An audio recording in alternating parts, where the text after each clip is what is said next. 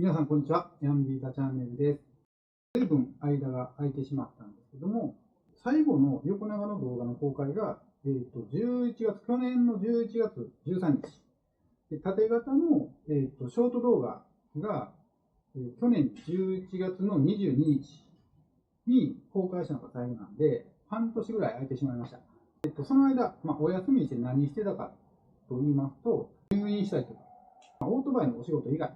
でバタバタしていて、撮影する時間が取れなかったっていう感じで、半年ぐらい過ごしてました。久しぶりのヤンビーザチャンネルなんですが、前回までは iPhone12 mini で撮影していたんですが、今回はインスタ360の X3 ってやつで撮影しています。今回お話ししたいテーマっていうのが、改造についてです。DSSR が2025年5月の末ぐらいにですね、継続車検を受けないといけないというタイミングなんですけど、このタイミングで、ドラムブレーキからディスクブレーキに、変更してしまおうということで、ずっと、改造申請、改造自動車審査の、検査の準備をしてました。でその準備ができたので、今回はお話ししたいなと思っています。まず、ヤマハ SR、新潟はそもそも、フロントのドラムブレーキが、マニアックなんで、そのまま乗り続ける人も多いんですけど、制動力は実際高いブレーキだとは思うんですけど、そのせいもあって、とにかくフィーリングが悪い。ドラムなんで、パーツが全部、内部に組み込まれているんで、メンテナンス性も良くないですし、見た目は好みの問題なんですけど、やっぱりでかいローター、ブレンボのキャリパーみたいな方が、やっぱレーシーでかっこいいかもっていう人も多いかなっていうふうに思います。ブレーキ変更しますよみたいなカスタムは、新潟では結構一般的かなっていう。以前の動画でも、お伝えはしてるんですけど、やっぱり中古は新潟が一番いいですね。1型よりやっぱり球数多いんで、価格も安いですし、ガス薄くなくていいんで、マフラーの選択肢多いし、パワーも出やすい。3型以降でディスクブレーキついてりゃいいやっていうふうにはならないんですよね。3型以降って、やっぱり生き残りをかけて、いろんなものを犠牲にして、続けてきたんで、ヤマハ SR に限らず、他の車種でも同じなんですけど、業界全体で規制され続けてきたっていうこともあって、やっぱり検査、手続きで取り戻せる2型の性能と、規制でもう外せなくなってしまっている足かせを持っている3型以降の溝って結構深いんですよね。でヤマハ SR2 型をドラムからディスクブレーキに変更する方法は大きく分けて3つ。これはもう、乾燥するパーツを何を使うかで決まってきます。まず一番シンプルで簡単なのが、フロントフォーク、ブレーキのシステムを全部3型以降のものを移植するっていう形。東北とかメルカリとかでも出品されているってことは結構多いですし、極論を言うと、マスターシリンダーなんてレバー比率さえ合ってれば、別の車種の純正部品流用しても多分フィーリング変わらないし、書類も作れると思います。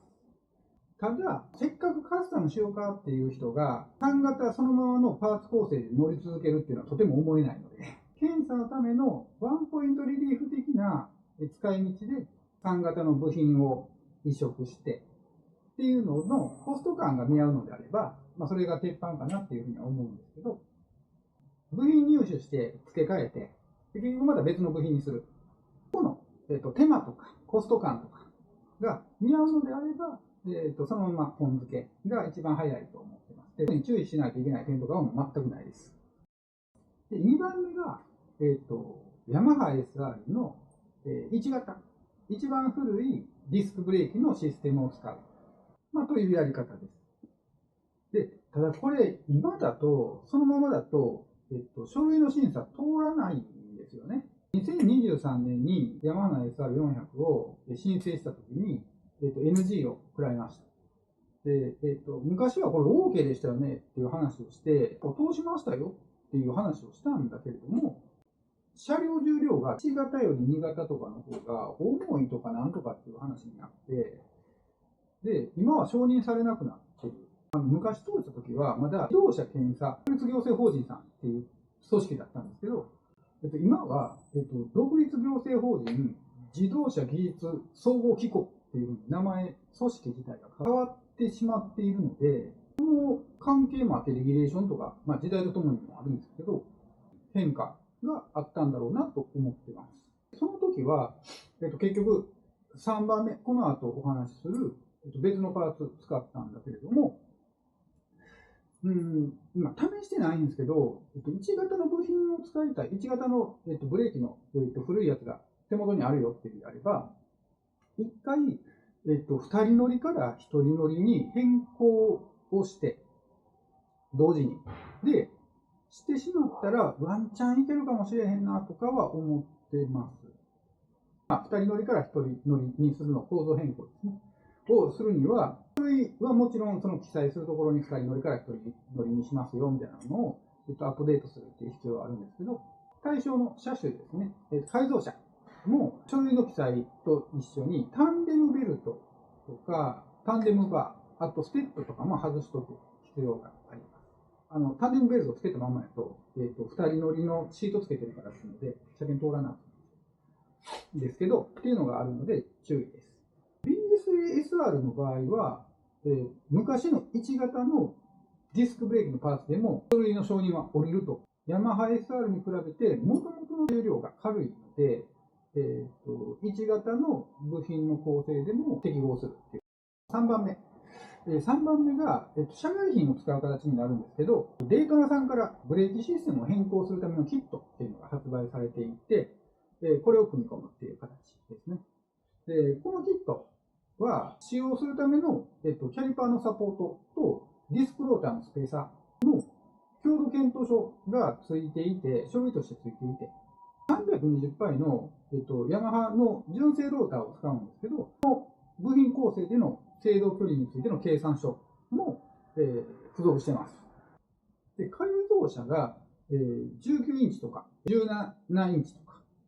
標準車の18インチのホイールではない、別のサイズのホイールを使っている場合、あるいはそのキャストホイール、ワイズギアから出てるとか、昔のキャストホイール使いたい場合は、もう履かせているタイヤの流行半径で計算し直して、制動距離の、検討書を出したら OK です。で、今回 BSSR も17インチのホイールで、当然タイヤサイズ変わってくるので、検討書類の数値は全部計算し直してます。で、当然、数値に問題ない限り審査は普通に通ります。この方法に関して言うと、キットでは、日清のマスターシリンダー、ブレンボ製のキャリパーが使われているんですけど、他の部品使いたいなと思ったら、それをちゃんとパーツリストと部品構成図に記載しとけばよくて、例えば、キットで使われている日清製の横型のマスターシリンダー、これね、準備するのがめんどくさいんですよ。当然、後で別のラジャルポンプの、マスターに変える前提だったりするわけじゃないですか。で、わざわざ書類に合うパーツを入手して、組み込んで、また付け替えて、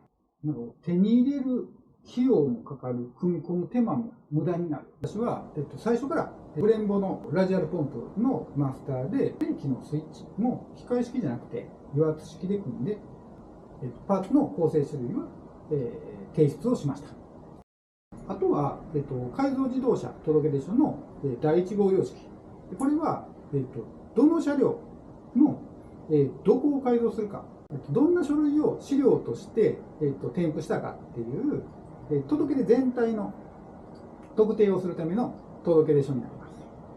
次が、改造概要と、説明書、第2号様式なんですけど、これは、標準車と改造車の比較の表と改造車の概要についての届け出です。で、概要って何かというと、何を目的としてどう変更するつもりですよっていうことを書いています。で、次に、一般基準適合検討書第3号様式っていうのがあって、よく補適検討書って言われるんですけど、これは場合によっては省略できるかもと思ってます。すでに改造車両が標準車と違っている部分があるよ。SR400 は特に多いんですけど、例えばヘッドライト、ウインカー変えてるとか、ブレーキランプとかリフレクターが変わってるとか、マフラー変えてますとか、そのブレーキシステムには関係ないんだけど、標準車はドノーマル、違いとしては発生しているケースが結構あって、なので、なんかリフレクターが何センチ以上のものがついてますよとか、ヘッドライトの光量が満たしてますよとか、マフラー変わってたら、マフラーが近接何デシベル以下だから、補適に合ってる水準ですよみたいなのを、つらつら書いてきます。僕もよく書くんですけど、前回車検時と構成変わってなくて、近接何デシベル以下のマフラーだから、適合してますとか。あとは改造車全体の資料ですね。車両全体の外観図、標準車と改造車の、数値の入った3面図とかを出したりとか、改造部分の部品構成図と写真でこういうふうに取り付けれますよっていう詳細を撮影したもの。あとは改造前、改造後のそれぞれのパーツリストと図示したもの。ブレーキのシステムについてなんで、当然、制動能力検討書っていうのが必要になっています。改造後の制動能力が保安基準を満たしているっていう根拠を数式で出したりとか、使っているパーツ自体の強度検討書ですね。制動装置についての改造後のブレーキシステムの強度が保安基準を満たしているよっていう根拠を資料としてつけます。で、制動能力検討書とやっぱり強度検討書、この2つがなかなか出しづらいと難しい部分がなってくるので、デイトナさんのキットを使えばそのまま使えちゃうっていうのがメリットです。強度計算に関して言うと、純正部品を流用している場合は、純正部品使っているので省略みたいな書き方も僕はよくしてました。例えば、馬力、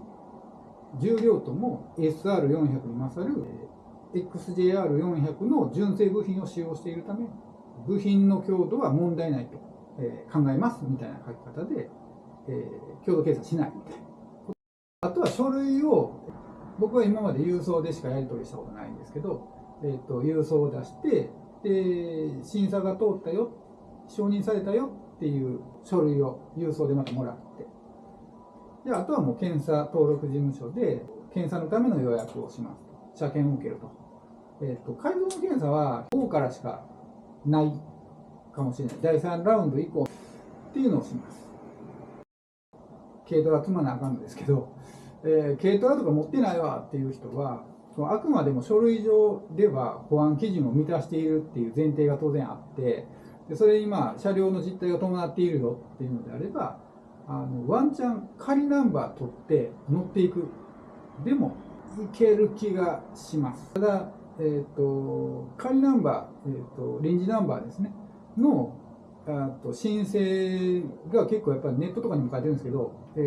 厳しくなってはいて、違法改造車両を、そのまま、街中で乗りたいから取っちゃうみたいな人も少なくなかったんで、ルートだったりとかスケジュールみたいなものも、かなりきっちりしたものを出さないといけないかなっていうふうに思います。バイク自体がそもそも違法改造なのであれば、検査を受けに行っても無意味なので、適合したものを、仮ナンバーを発行してもらって受けに行くと。で途中で、質問とかされたら、書類上の承認は下りてますって見せたら、そこに齟齬がなければ、切符切られないような気がしますね。切る理由がないはずなので。じゃあちょっと、どんな、パーツ構成にしたかっていうのを改めて、ご紹介できればと思います。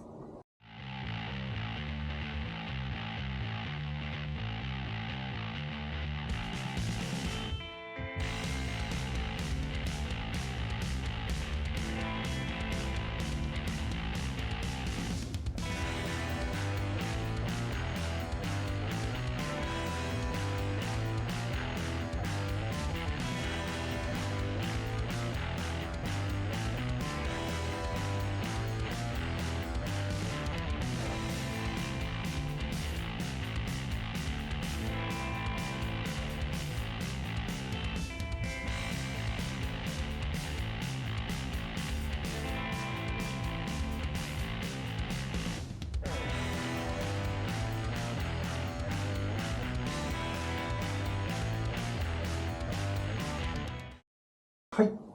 というわけで、今回も長い時間お付き合いいただきましてありがとうございました。次回なんですけど、この車両ですね、実際に車検受けて、街中走れるようになったら、インスタ360っていう、360度カメラ、それで、街中走ってみてどんな風に映るのかみたいなのを、ご紹介できたらいいなと思ってます。はい、今回もお付き合いいただきましてありがとうございました。